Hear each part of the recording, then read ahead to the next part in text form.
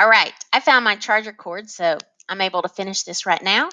Let's take a look at this example here. And again, when we read this situation, Leah is flying to from Boston, and she's making a connecting flight uh, to Denver and then going on to Chicago. Okay. But what happens is, if her first flight leaves on time, then that gives a certain probability of her luggage making the connection. So it was 95% of the time she'll make her luggage will get there, and so that means 5% of the time it will not. Okay. See, that's one certain kind of conditional situation. However, if her first flight is delayed, okay, coming out of Boston, if we've got bad weather, then what that means is there's less of a chance. Her luggage may only have a 65% chance of actually making that connection and getting there. Much lower probability, conditional upon her first flight being delayed, which means now there's a 35% chance that it's not going to make it.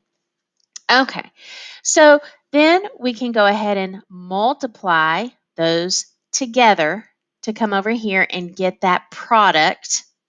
So I can see that these are the times, and actually let me just go ahead and show that here. I can see that these are the probabilities. If I added those two, these products here and here together, that's the percent of the time that she is going to get her luggage that made the connection.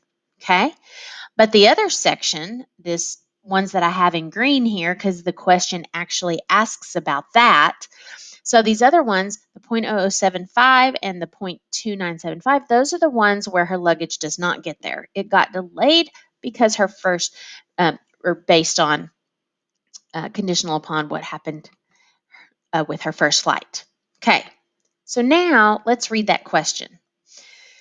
And I have it highlighted here in green. Suppose you pick Leah up at the airport in Denver and her luggage is not there. Well, what does that mean about her flight? Was her first flight delayed? So let's think about what that's saying mathematically. Suppose you pick her up and her luggage is not there. So that's like saying, given that her luggage is not there, so you've got to write out this conditional probability. Look at how that looks. Right here, here it is. Look, given that you show up and there is no luggage, what's the probability that her first flight had been delayed? So that's what it's asking. Okay. Now remember mathematically how that works out is the totality, the total of no luggage is your denominator. So that is why I came over here, up here. And so what I decided to highlight was the total ways in which the luggage is not there. So out of these total ways in which her luggage is not there, the question is what, so that's the total, that's the whole, that's the denominator. What is the part, what is the portion that her first flight was delayed? So that will be, this will be the piece that is the numerator, okay?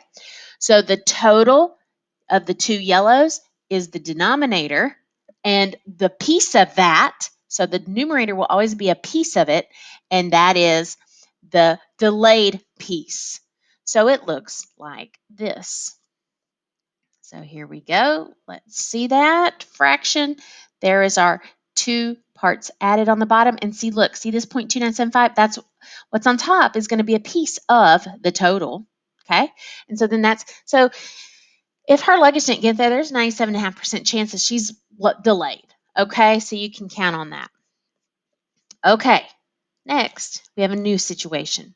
So pause, take a moment, see if you can't read this situation with Dr. Carey kind of randomly grabbing some bottles, okay? But he does have a little method to his madness. So take a moment, pause, and read that, and let's go ahead and do this. Here we go. All right. Again, I chose to do a tree diagram because if he chooses the first bottle, the medicine in the first bottle, then you have certain probabilities. In fact, 70% chance that his pain will be relieved. And what's this one? 30%, so which that means 30% chance it will not be relieved. Okay? All right. But see, multiple conditional probabilities. That's when you want to use a tree diagram. But if he reaches and chooses the second bottle, which it's farther away, so he only gets that 40% of the time, okay, then there's a 90% chance that his pain will be relieved. And so that makes a 10% chance that his pain will not be relieved. So, I mean, my question was, why does he just not take the second bottle? Well, it's more expensive, or Medicare doesn't pay for it or something. So that's why there's this choice involved. All right, let's read then what the conditional question is. It says, suppose Dr. Carey's pain was not relieved. Given that his pain is not relieved. So mathematically, that looks like this question here. Given that there is no pain relief, okay? So given that there is no pain relief, so let me go find that. Denominator, all the ways, no relief. Okay, well, that's first bottle, no relief, plus second bottle, no relief. So that's the total ways in which there is no relief. Okay, so that's, I'm going to add those two together. 0.21 and 0.04 is the denominator, and part of one of those pieces, which piece do I want? It said, what's the probability that he chose the first bottle? Okay, so that's the piece.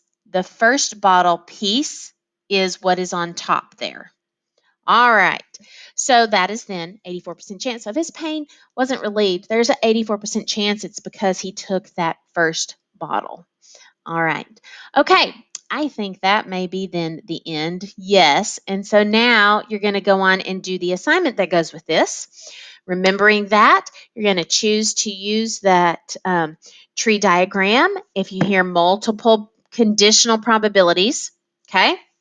And then just make sure the other very common mistake, make sure that whenever you have this denominator, that the numerator is the intersection.